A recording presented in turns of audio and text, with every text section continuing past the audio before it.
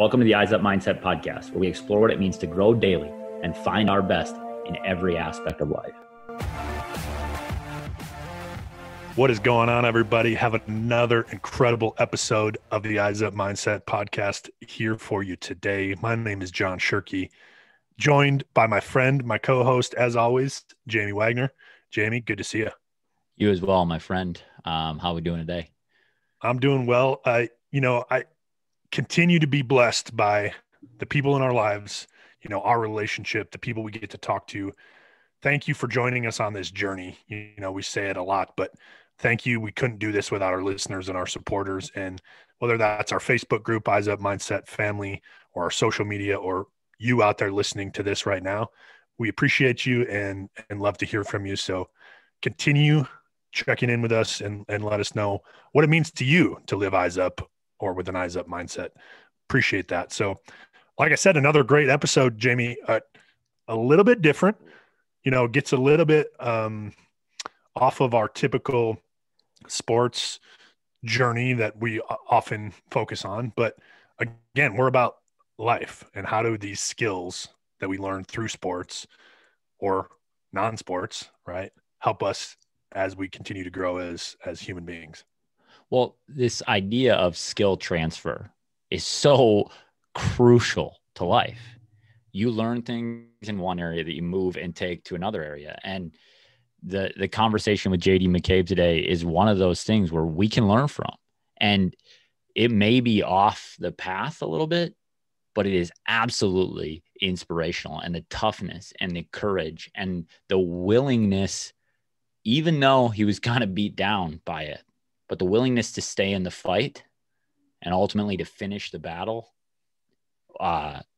left me kind of in awe. And I'm so grateful he was a part of our conversation. Yeah, if you don't know his story, he's going to explain most of, he's going to give a great overview of it. But he's got a book. It's called The Third Gift, My Dance with the Devil and Her Mother, I think is the title. Yeah. We'll have that in the show notes. But it's an incredible story. He's a great storyteller. He's captivating, and he's going to grow you. He challenged us in a lot of ways. So appreciated having him. And you got anything else, or should we get to it? You're good. JD McCabe. JD, welcome to the podcast. Awesome to have you. We got connected through a mutual friend, Nate Bailey. And just before we hit record, you were saying you just spent some time with him. Tell us a little bit about that, and then feel free to introduce yourself. However, sure. Well, thank you guys for the opportunity. I feel blessed to be able to be on your platform. And last week I was in Nashville with Nate and several other folks at his Unleash the Leader Within experience. And I've been to a lot of leadership conferences in the last 30 years of my professional career. It was, if not the best, one of the best. So just the content, the inspiration, the vulnerability shown by all the leaders and all the presenters that were there. And I left there feeling extremely energized. So again, I wanted to thank Nate for helping to connect me to you guys. Yeah, Nate has been huge in our growth too. He's given us, he's one of those salt of the earth type people where he's just willing to give and give and give, giving us time, giving us energy, giving us, promotion, like just awesome. So to be connected through him is a gift. And like you say, have the opportunity to go and spend some time with him in a conference. I can't imagine what good stuff came from that. So you have a story that is almost stranger than fiction. Can you tell us a little bit? I mean, go into as much detail as you want, but you were in an abusive relationship. And most of the time when we hear that, we think, man abusing female, and we get taken aback by a man being in that context. What did that look like for you, and where did it bring you to in your experience? Yeah, that's an excellent question. I will try to encapsulate it as briefly as I possibly can. But those that have read the book, and I'm grateful to all those that have purchased the book and read the book, have said to me that it reads like fiction. So you described it perfectly, Jamie. That it's almost a fictional type story. But briefly, very happily married, and some people on the outside that I don't know that respond on the various social media platforms have suggested that perhaps you weren't as happy as you claim to be. But I will stand by the fact that we were in a happy and stable marriage for 17 years. And then truly holy hell broke loose. And so it started with subtly with accusations of infidelity and drug addiction. And then that would spiral 3-4 years. And in 2014, things really, really got bad. And her mother got involved. And ultimately, the mistake that I made as I started to go through this abuse from somebody who has borderline personality disorder, somebody who clearly now is a narcissistic individual, is I kept it all to myself. I come from a very large family. I have a large professional network. I shared it with nobody. But not only was it emotional abuse, but I would ultimately discover that she was, and it took me 1.5 2 years after some health issues, that she was poisoning me with arsenic. So it was emotional abuse. It was arsenic poisoning. It was 9 days in a psychiatric facility due to an involuntary commitment. I would also discover as we moved forward in our legal process that she set me up for that as well. She was writing letters behind my back to my psychiatrist at the time, to the family practitioner at the time. And it was one chunk of adversity after another. So it was disappointment, betrayal. And as it turns out, everything that she had accused me of doing, she was actually doing. So from the infidelity to the drug addiction to the stealing money from our marital account, it was a classic case of projection. The title of the book is The Third Gift. The subtitle is My Dance with the Devil and Her Mother. And I'm here to tell you the devil is real, and I struggled with that, and I had to come to terms with the fact that I was married to somebody just that evil, that was calculating, manipulative, tried to kill me, had me locked up. And then the third gift was when an accusation she made through our attorneys, where she accused me of giving her an incurable STD. And I call that the third gift because it finally opened my eyes to the fact that, okay, I wasn't doing this. I certainly knew I wasn't cheating on her. I certainly knew I wasn't a drug addict. But it opened my eyes to look at 5 years of medical claims and 5 years of pharmacy claims. And I discovered all of the deception she had hidden from me. And the first discovery I made was around her abuse of prescription drugs. So she was abusing Adderall and Adderall XR and Ritalin LA, another form of a long-acting amphetamine. And for 2 years, she used our family practitioner to fill them in our kids' names. So to the tune of 600 days worth. So a lot of the medical issues that she was having, from cardiac to all sorts of unexplained issues, could have been explained by the medication she was taking, but yet she never told anybody what she was taking. So I had a journey through broken mental health care system, a broken medical care system, and a broken legal system. And my entire journey is outlined in the book. It's incredible. You talked about, and I've listened to a couple episodes with you prior to this, just in some preparation. You talked about how ultimately creating a journal of some sort and starting to write stuff down opened some of it up to you. It started to reveal more and more the more you had put on the page. And I find that in my personal life, that's a really valuable tool to get inside of some of my thinking. When did that process start for you? And is that something you continue to do to this day? Maybe not in terms of noting the chaos, but just for yourself. Yeah, I think journaling is something I didn't do prior to this, but I started doing the journaling or the diary would have been 4 months after I got out of the psychiatric facility. So I spent 9 days between two facilities. A couple of my brothers ultimately got involved.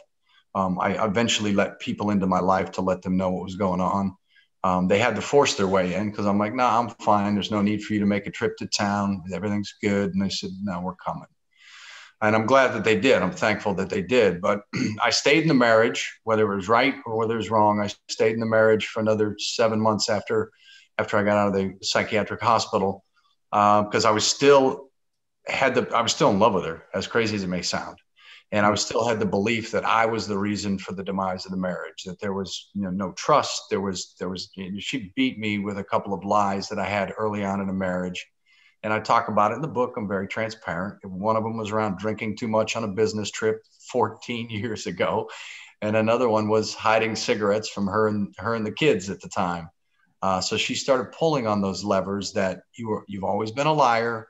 I could never trust you. And so you start, when someone's gaslighting you, and I don't know if you guys are familiar with the concept, but you begin to take that on. And when you share none of this with anybody who can offer an outside perspective, then you truly believe that, okay, yeah, you're the reason for this. So you got your now ex-wife coming at you. You got your soon-to-be ex-mother-in-law coming at you, letting you know how terrible you are. So you guys talk a lot on your podcast about identity, right? Mm-hmm. So I lost my identity. And I allowed it to happen, but I lost my identity as to who I was as a man and who I was as a father. I'm not a perfect human being, but I'm a good man, and I was a good father, and I was a very good husband. But I lost all of that.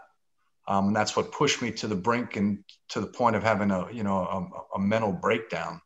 But to answer your question more directly, again, I started documenting this 4 or 5 months after I got out of the facility. My brother, under his advice, he's like, look, you've been misdiagnosed with bipolar. You've had the cops called on you twice.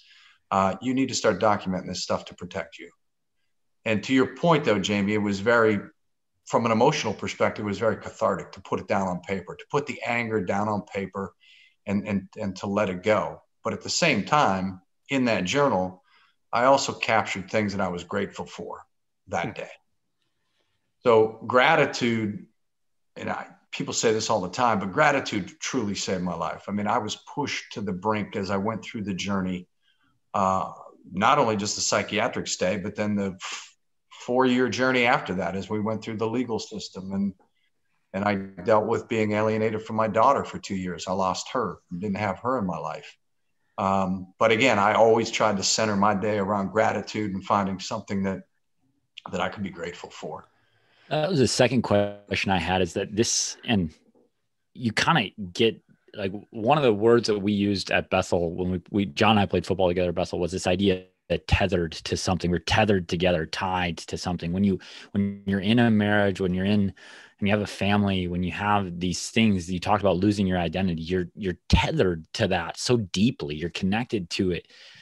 What is something you were able to come back to? Like there's an unmooring, an untiedness when you lose that thing. What you talk a little bit about gratitude. Were there other pieces that were you able to connect yourself with?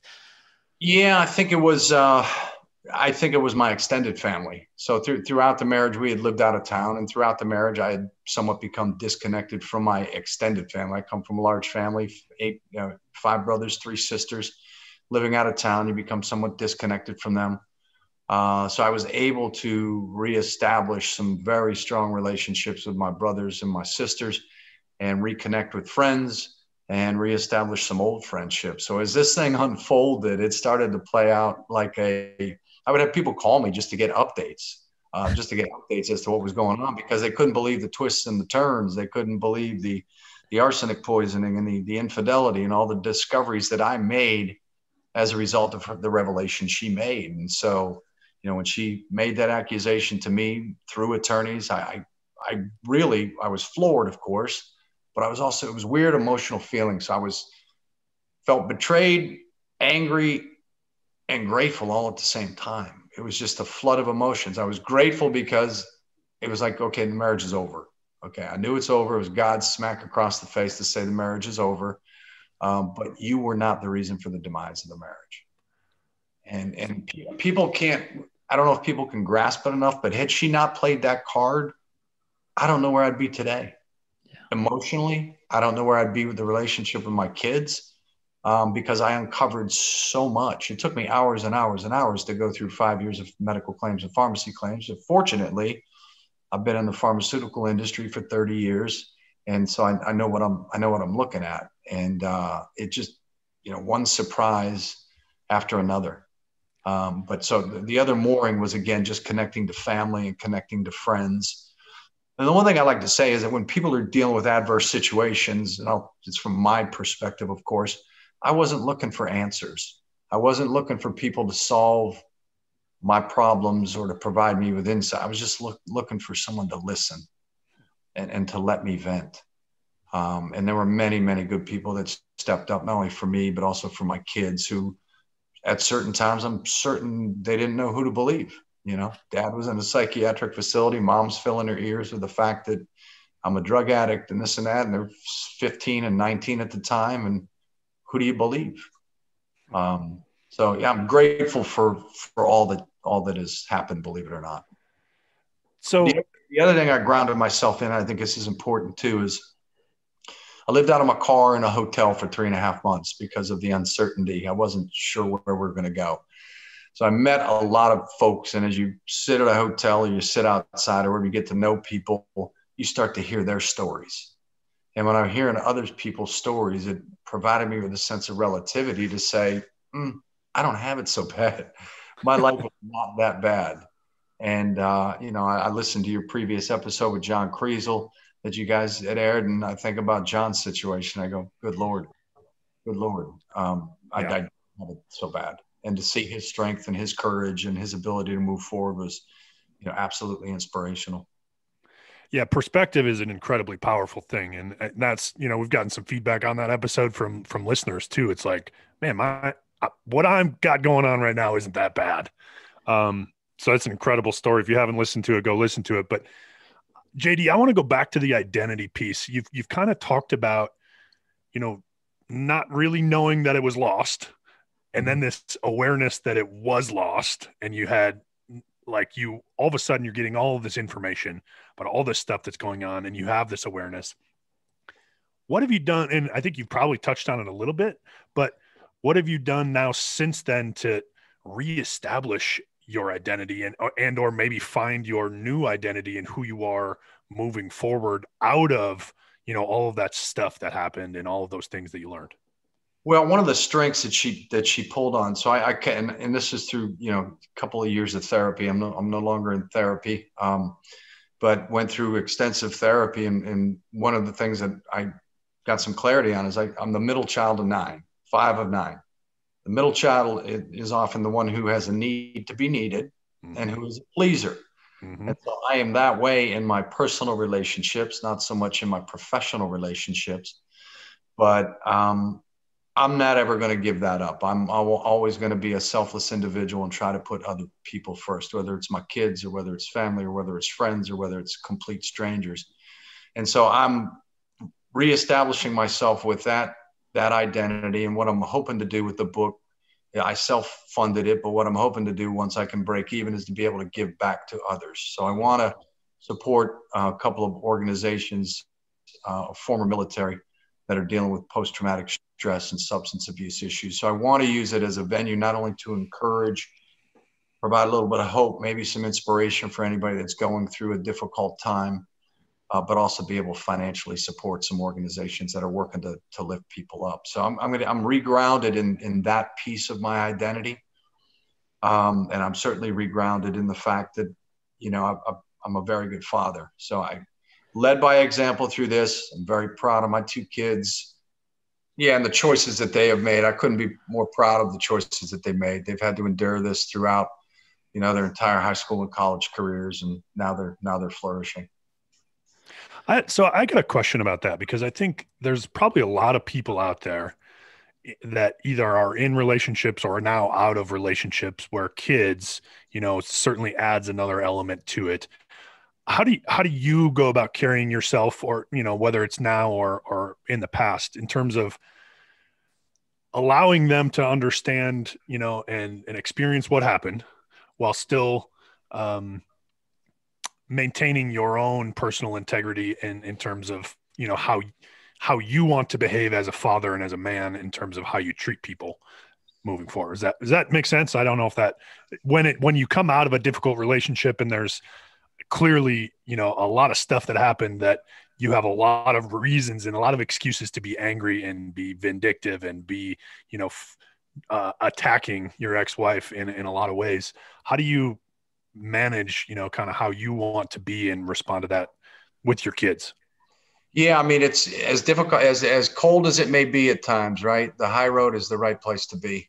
And I constantly did that throughout. Even when I started to uncover the truth of what had happened in the marriage, I had to keep that to myself.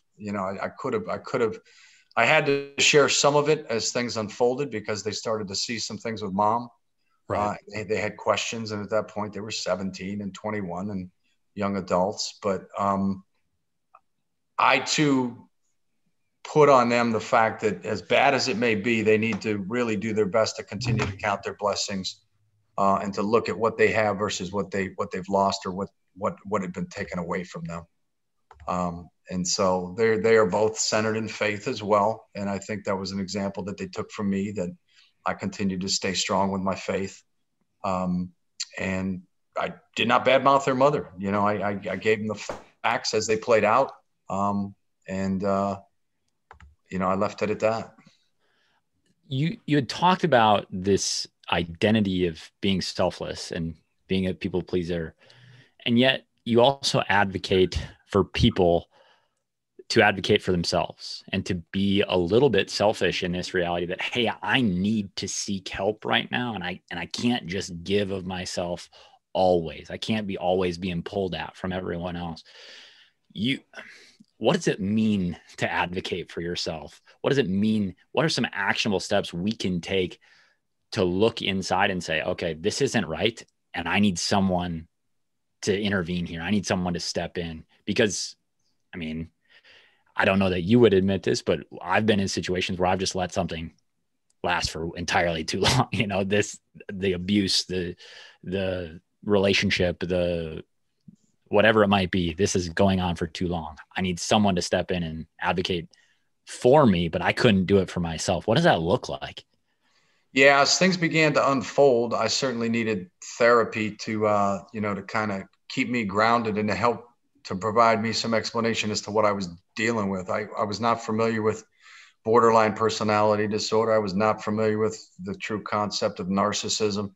So I needed someone to guide me through that journey, but also to provide me with advice on how to restore a relationship with my daughter without crossing boundaries and without forcing things, to be able to be comfortable with the fact that you might just have to let this play out.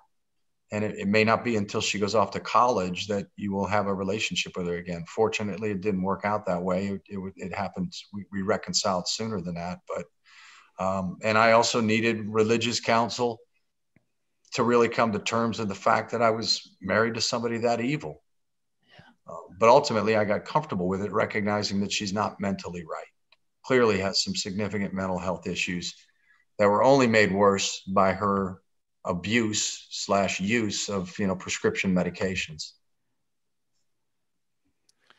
Yeah, finding those shortcomings in ourselves, right? Finding those areas where we can't always see it, blind spots, we might call them, helps us to grow and to get better. Like, how did understanding some of those things, you talked about, you didn't have an understanding of some of the things you were being accused of, or didn't have an understanding of some of the things that you were struggling with, coming to terms with some of those things, what did that reveal for you? You talked about, okay, I need some therapy, but what else did that open the door to for you?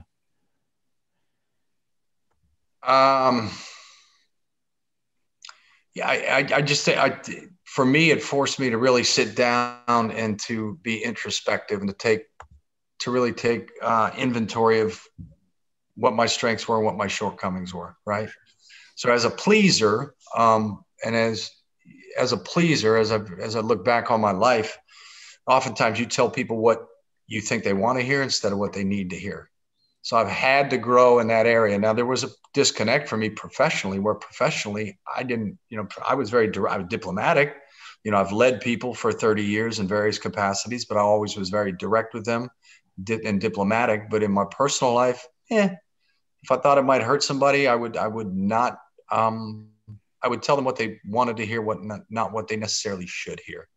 So I had to look at my personal integrity and to change the way that, I handled things in some of my personal relationships. Something else that you, again, have talked about on other podcasts and your media out there is kind of the idea of embracing adversity early on and right away. Because we innately, we have this desire for comfort, right? Yep. And to find easy solutions. But obviously a lot of adversity in your story. So tell us a little bit of kind of how you see adversity now and maybe how you deal with it, or have even talked to your kids or other people that you're working with about dealing with adversity up front. Yeah, and I mean those are the conversations. To answer that first, John, the conversations with my kids is that they've been through a very difficult time, but that adversity, we have no idea what other challenges the good Lord might put in front of us, or the choice of free will that everybody has as to how it may impact your life, right? But to embrace it, and to carry it, but to learn from it, and to grow from it. You're not going to be able to run from it. You can't hide from it. For me, early on, the pivot that I had to make was to quickly stop asking why. Why is this happening? Why would she do this to me? This is not fair. It took me less than 2 weeks to where I got to the point of just simply saying, all right, let your will be done. I'm trusting that you're going to walk with me, and you're going to put other people in my life to walk with me. And I know that you'll reveal the answers in your time. And he certainly did. Not all of them, but enough for me to have peace of mind and what I like to call emotional justice. But you got to quickly make that. You got to quickly make that pivot. We have no explanations for why things happen. And if I didn't have the mantra of everything happens for a reason, and a lot of the cliches have come true, and that's another one. Everything happens for a reason. Well, yep. It certainly does. And if you continually sit around trying to figure out what that reason is, you're going to just prevent yourself from continuing to move forward. I love that. That was a powerful takeaway I had, was that we can't run from it. We can't stop it from coming at us. It will find us in some ways, and asking why doesn't change that. No. And so the sooner we get to a place where we choose to act rather than wonder, we give ourselves power to grow. And I like your message. If there's nothing else that the listener is hearing from this, like, take that piece, because that kind of left me stock still when I heard it. I was like, that's absolutely right. That's as true a thing as I've heard in a long time, because sometimes it takes someone like you or John Creasel, who's had this experience that we can't possibly fathom, to bring it full circle, because both of you in our last 2 episodes, right, have this capacity to say, what's next? Because next is the only thing that I can control and the only thing that matters. And so, thank you for sharing your story and for giving us this insight as to what it looks like to manage this kind of adversity with a mindset that is, okay, 2 weeks. I just went through 5 years of hell. But I needed 2 weeks to get through the other side and say, stop, woe is me, stop. That's incredible. And it's incredible courage and toughness on your behalf. So. Yeah. The other thing I would like to add is, so you talk about, you got to embrace it. You got to act, right? I had a job that I had to hold on to. I had 2 kids that were, because mom was pretty much off the reservation. And it was very clear to me that she was not about the kids. And their grandmother, sadly, was no longer about the kids. It was about those 2 and what I owed them as we went through the legal system, sadly. So I had to keep my stuff together. I had financial responsibilities. I had responsibilities to my kids, and I had to keep fighting and keep moving forward. But for me, it was an emotional roller coaster, as folks will read about. Is you'd have some ups one day where you'd get some momentum or something positive happening. And boom, some more disappointment would be dropped on you. I came to expect it. And I never let the highs get too high. And I did my best to make sure the lows didn't get too low. But as things got low, again, I regrounded or recentered myself around gratitude. I jumped into volunteering, which again opened my eyes to looking at, okay, my first Thanksgiving out of the house in a bowling alley by myself. That morning, I had volunteered at a shelter and served 1,500 families food. So for me, I'm not saying that to say I'm a wonderful guy, but I had to do that to keep that perspective in mind. Here's 1,500 families that don't eat consistently. They don't have clothing. And so I found venues where I could force myself to stay grounded in my reality, that my reality is not that bad compared to others. So JD, if you had one piece of advice, and you maybe have already said it today in our conversation, but if somebody's out there listening and they either know that they're in a bad spot with their relationship or in a situation, or they maybe suspect, what would the one takeaway for you out of this thing, an encouragement for them to keep moving forward or to start doing, if they're in that spot where they're either starting to understand or already know that they're in a bad spot? I would do a couple of things. John. I think the first thing is don't go it alone. Find somebody to confide in. That was the mistake that damn near cost me my life, because you become such an inward, isolated individual that you lose sight of the outside world, and you lose sight of who you are. So I would say don't go it alone. Find a friend, a family member, or somebody that you can confide in, with the appropriate expectation that they're not going to solve your problem, but they will be there for you to lean on. And then secondarily, to recognize what your role might have been in the situation, recognize your strengths, recognize your shortcomings. But if it's not repairable, then do your very best amicably to move on. I was in a situation where we couldn't settle. I didn't want to settle. In North Carolina, if there's proof of infidelity, there's no alimony. And so I had to make the bet at the time that, I'm willing to continue to fight this. And for the other reason, quite frankly, is my character had been attacked. And after she made the accusation that she made, and as we move forward into the legal system, all of this is public record. And I'm like, I don't want anything in the public record that states that I have an STD when I know for a fact that I don't. And I had tested negative for it. So for me, it was about protecting my character and my integrity that I allowed to be attacked, 3-4 years earlier. So stand up for yourself. And as far as the advocacy goes, Jamie, I think you asked that question earlier, is don't rely on professionals entirely. There's ways to get educated. The internet is a powerful tool. I learned a lot about the legal system. I learned a lot about the mental health system and the laws and civil liberties around that just don't rely on the expertise of others. Don't assume that they have all of the knowledge. You should be informed as well. Mm-hmm.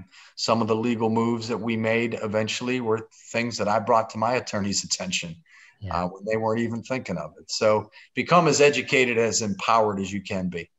And certainly when it comes to medical care, you also need to be as knowledgeable as possible around whatever condition you're dealing with, and don't take someone's word at face value. No, that's powerful information, powerful advice to do as much as you can for yourself, but also defend your character, right? Yeah. Know who you are well enough to say, this isn't me.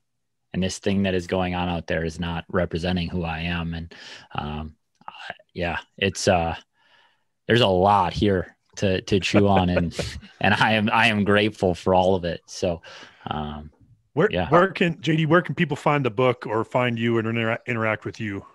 So on the social, they can find the book, so they can purchase the book directly through my website, thirdgift.com. The thirdgift.com domain was taken, so it's thirdgift.com. I'm on Instagram and Facebook at the Third Gift. And as we talked before we started to record, I'm also on TikTok. So at the Third Gift. So I'm on the majority of the social media platforms, and the podcasts are out there, and some of the other conversations that I've had. But again, they can order the book through thirdgift.com. There's a direct link. It's also available through all the major online retailers as well. So, well, appreciate your time today. Yeah, thanks for sharing. It was great, man. It was a pleasure to meet you guys, and stay warm and keep on running, Jamie. Will do, man. Appreciate that. Thank you, guys. Thanks. Thanks again to JD McCabe. Go out, check out his book, The Third Gift.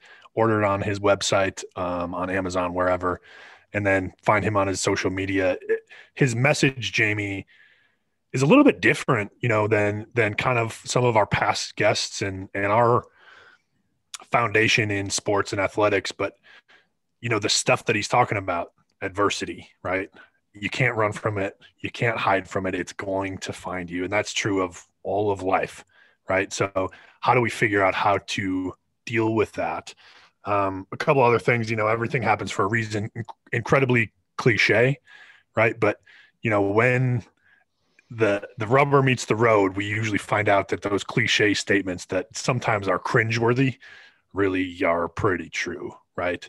And so getting to the point where you can realize, okay, yeah, everything does happen for a reason. What can I grow from or learn from this? And then, that I asked him, what are your advice for someone who's out there listening? And he said, don't go it alone, and do the work. Find out what your role in whatever the situation is. You might not be in the same situation as him where his whole life is upside down, but we all have our own stuff, right? And I think you and I were just talking about that, and I'm sure you will talk about that now, but like, we all have our own stuff. Don't go it alone. Figure out what your role is and face the adversity head on. Absolutely. I think the thing that struck me is that, yeah, this story is incredibly unique, but it's not that different from some of the things that all of us have gone through and experienced, or know someone that has gone through something that has experienced this break from our identity, and then a series of challenges that come with it. It might not be this extreme, right? But those two pieces that he ended with, don't go it alone and do the work, are who we are. That is what Eyes Up Mindset is about, is this idea that you need community around you to grow out of struggle, right? And secondly, take some responsibility. Show up, do the thing, take the step today to get better somehow. And I loved how he put that. You might need to go and do the work in the research, or you might need to become informed about something that you don't know yet, so that you can advocate for yourself in a meaningful way.